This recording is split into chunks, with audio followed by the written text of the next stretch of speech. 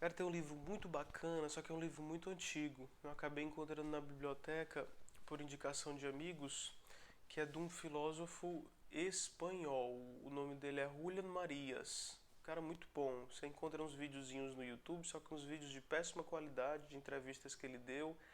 Só que o cara escreveu uns livros, bicho, que eu fiquei admirado.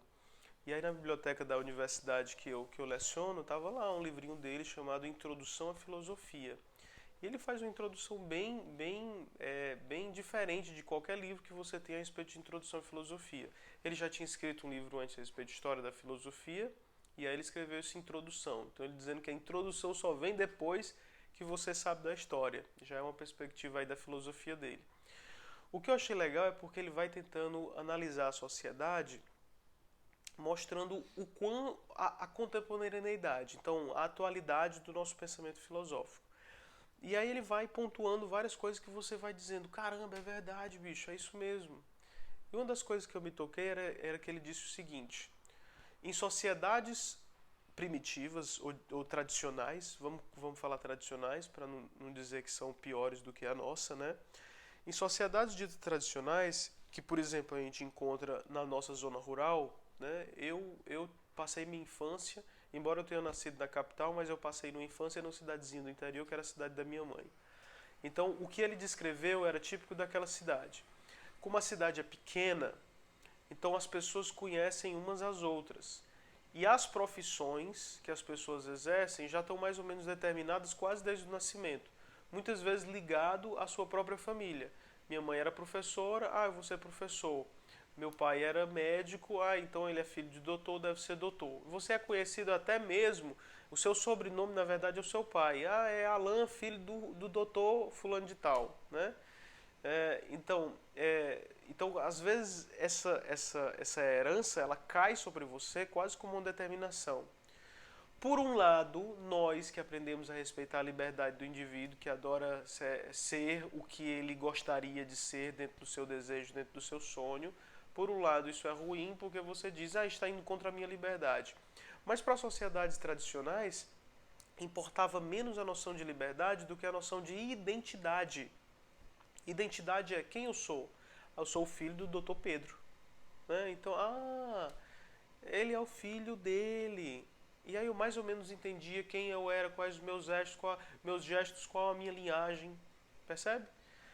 E dentro dessa comunidadezinha pequena, as várias funções serviam quase como se fosse no formigueiro ou numa colmeia.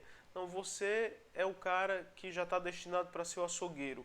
Você é um cara que já está destinado para poder ser o organizador da biblioteca. E como não existia muita concorrência, afinal eram poucas pessoas que viviam nessas cidades, ou tribos, né, ou comunidades, porque as pessoas praticamente têm um cotidiano e riquezas em comum, então não era difícil você escolher sua profissão. Por quê? Porque ela já estava escolhida quase desde o berço. E depois ela só era chancelada pelas mais diversas falas das pessoas que estavam na sua circunvizinhança. Né?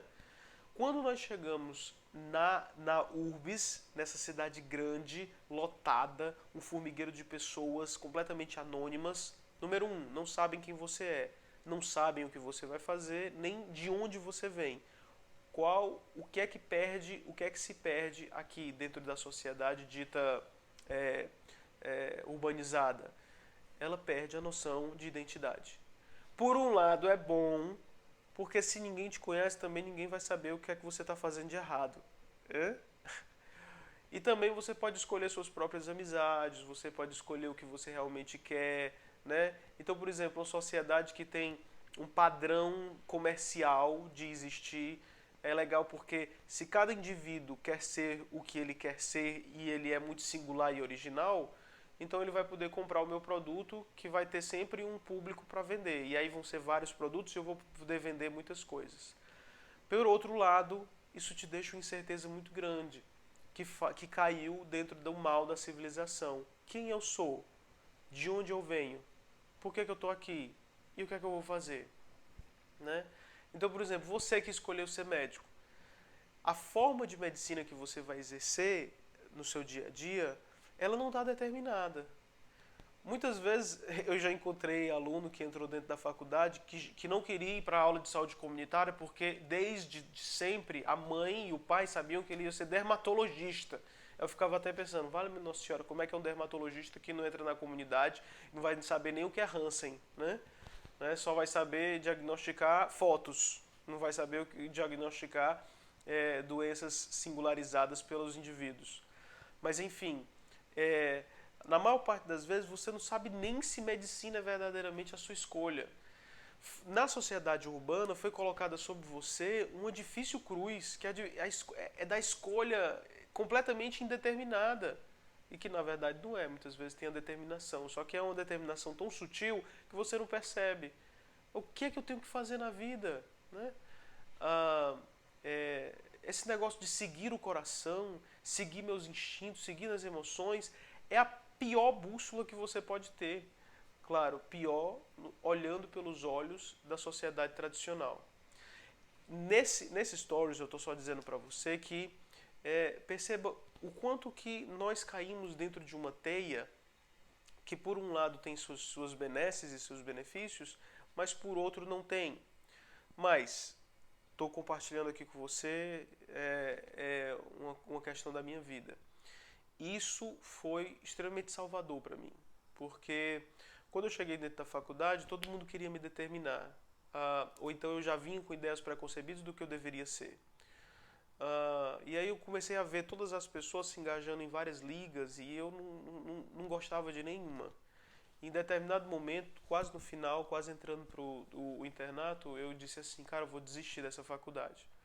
E um grande amigo, sempre esteve do meu lado, ele disse assim, cara, você não pode desistir. Aí eu disse, não, mas eu gosto de ensinar, eu gosto de passar conhecimentos adiante, eu gosto de estudar coisas que ninguém gosta de estudar. Todo mundo fica aí se matando em livros de fisiologia, quando eu gosto de livros de filosofia, sociologia, entender como funciona uma comunidade, entender como funciona o ser humano normal.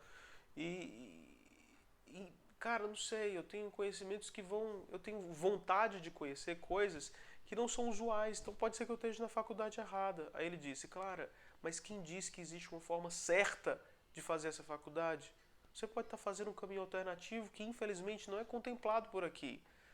Se você, na hora que você tiver o seu diploma, aguenta mais um pouquinho, fica um pouco mais aqui.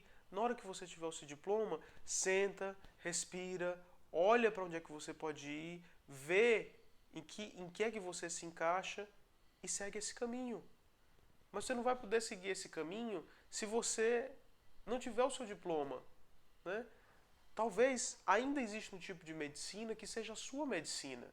Só falta você encontrar. E não é que eu encontrei? Pois é. Quando chegou nesse mesmo S8, um pouco depois dessa conversa, eu encontrei a tal da saúde comunitária, que eu não tinha olhado para ela com olhos de ver, né? Olhos de amar. E aí eu consegui enxergar as pessoas da comunidade, a longitudinalidade do cuidado, né? O ter ter mais vigor o processo da terapêutica do que o processo do diagnóstico, porque muitas vezes os diagnósticos são até epidemiológicos, né? Aquela dinâmica do social que faz com que você não seja um imperador dentro daquela comunidade, mas simplesmente um cara que está ali para ajudar com seus conhecimentos, né? Entrar dentro da casa de uma senhora, receber um cafezinho, receber um pãozinho e ela não deixar você sair dali se você não tiver o seu café. E aí foi quando eu me encantei pela especialidade da medicina de família e comunidade, uma especialidade muito nova à minha época e hoje ainda está debutando na sua adolescência, mas que eu percebi que era algo que estava crescendo muito e no seio da qual tem todas as discussões e todos os amores que a gente vem divulgando aqui no Profissão Médica. É isso aí.